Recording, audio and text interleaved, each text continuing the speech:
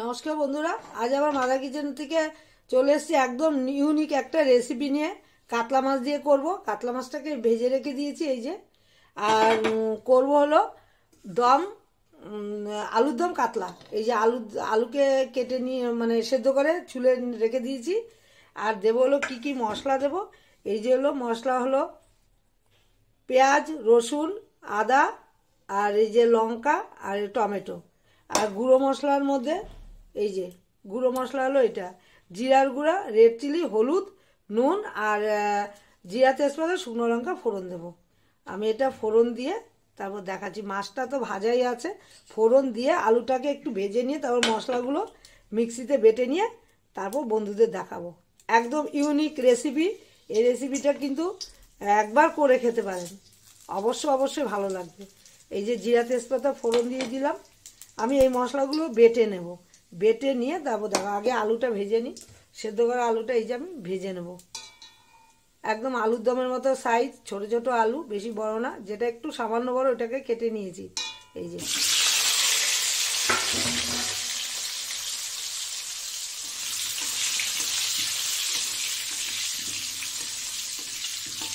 একদম মাখা মাখাও করবো না, একদম তেল তেলা ঝোলও করবো না। আমি ভাজতে ভাজতে একটু নুন আর হলুদ দিয়ে দিই। এই যে নুন দিয়ে দিলাম আর অল্প হলুদ দিয়ে দিলাম। এটা ভাজা হতে থাকুক, তারপর আবার বন্ধুদের কাছে চলে আসবো। আলুটা আমার ভাজা হয়ে গেছে, একদম লাল লাল করে ভেজে নিয়েছি। আর এই যে দিয়ে দেবো হলো মশলাটা, মিক্সিতে বেটে নিয়েছি যে মশলাটা, ওটা দিয়ে দিলাম।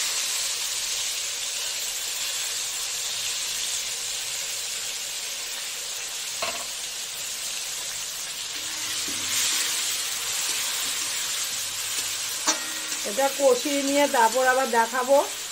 এই যে এই মশলা, গুঁড়ো মশলাটা দিয়ে দিলাম।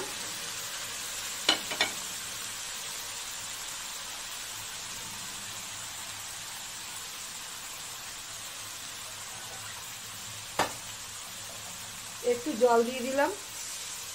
মশলাটা ভালো করে কষিয়ে নিয়ে তারপর আবার বন্ধুদের কাছে চলে আসবো। এখনই কিন্তু দারুণ কালার এসছে, এখনও ভালো করে মানে কষানো হয়নি, তাই ভালো করে কষিয়ে নিই তারপর দেখাচ্ছি। আমার আলুটা কষানো হয়ে গেছে, দারুণ দারুণ হয়েছে দেখতে। আর আমি গরম জল করে নিয়েছি।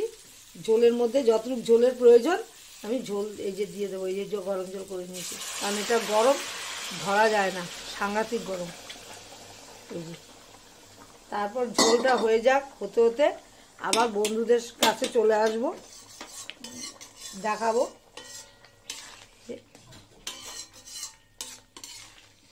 এই যে ঝোলটা একটু, নতুন আলু তো সেদ্ধ করে আবার ঠান্ডা হয়ে গেলে আবার শক্ত হয়ে যায়। এটা আরেকটু ভালো করে সেদ্ধ হবে। প্রেশার কুকারে দিয়েছি যদিও, কিন্তু আবার এখন ভালো করে সেদ্ধ করে নিতে হবে। তারপর করে নিয়ে আবার বন্ধুদের দেখাবো। মাছের মানে আলুর দমের দম কাতলার আলুগুলো অনেকটাই হয়ে এসছে। এই যে একটু ঝোল রেখেছি, এটা টানিয়ে ফেলবো। এই যে মাছ ভাজাগুলো আমি এক এক করে দিয়ে দিচ্ছি। এই যে মাছ ভাজাগুলো দিয়ে দিলাম, ভাজা মাছগুলো। বন্ধুরা দেখুন দেখতে কেমন হয়েছে, দেখতে তো দারুণ লাগছে।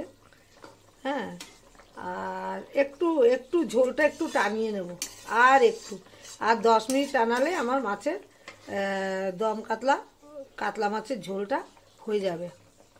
ঝোলও হবে না, আবার একদম মাখা মাখাও হবে না, কারণ ওটা দিয়ে মাখিয়ে তো খেতে হবে। তারপর নামানোর আগে দিয়ে দেবো হলো এই যে ধনে পাতাটা দিয়ে দেবো। আমি একটু পরে দিচ্ছি, এখন দেবো না, আর একটু হয়ে নেক তারপর। আমাকে দম কাতলার ঝোলটা হয়ে গেছে। এই যে আলুগুলো একদম খুব নরমভাবে সেদ্ধ হয়ে গেছে। এই যে, কারণ নতুন আলু তো সহজে সেদ্ধ করলেও আবার সেই যেই শক্ত সেইটাই শক্ত থেকে যায়। এই জন্য আমি একটু ভালো করে ফুটিয়ে নিয়েছি, ঝোলে দিয়ে ভেজে ভালো করে ফুটিয়ে নিয়েছি।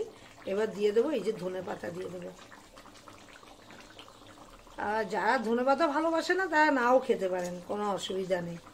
তার মধ্যে কসুরি মেথিও দেওয়া যায়। হ্যাঁ, আমি সেটা দিলাম না কসুরি মেথি, ওটা দেওয়া যায়। ওটা না না দিলেও, এটা না দিলেও হবে, ওটাও দেবে। সবাই যে ধনেপাতা ভালোবাসে তা না, কিন্তু অনেকে ভালোবাসে না খেতে, আমি জানি। আর আমার মতো একবার করে ফেলতে পারেন। ভালো লাগলে লাইক শেয়ার কমেন্ট করবেন, সাবস্ক্রাইব করতে একদমই ভুলবেন না। সবাই ভালো থাকেন, সুস্থ থাকেন, আমিও ভালো থাকলে ডেলিকার কিছু না কিছু আমি রান্না দিতেই থাকবো। আমার রেসিপিটা হয়ে গেছে বন্ধু।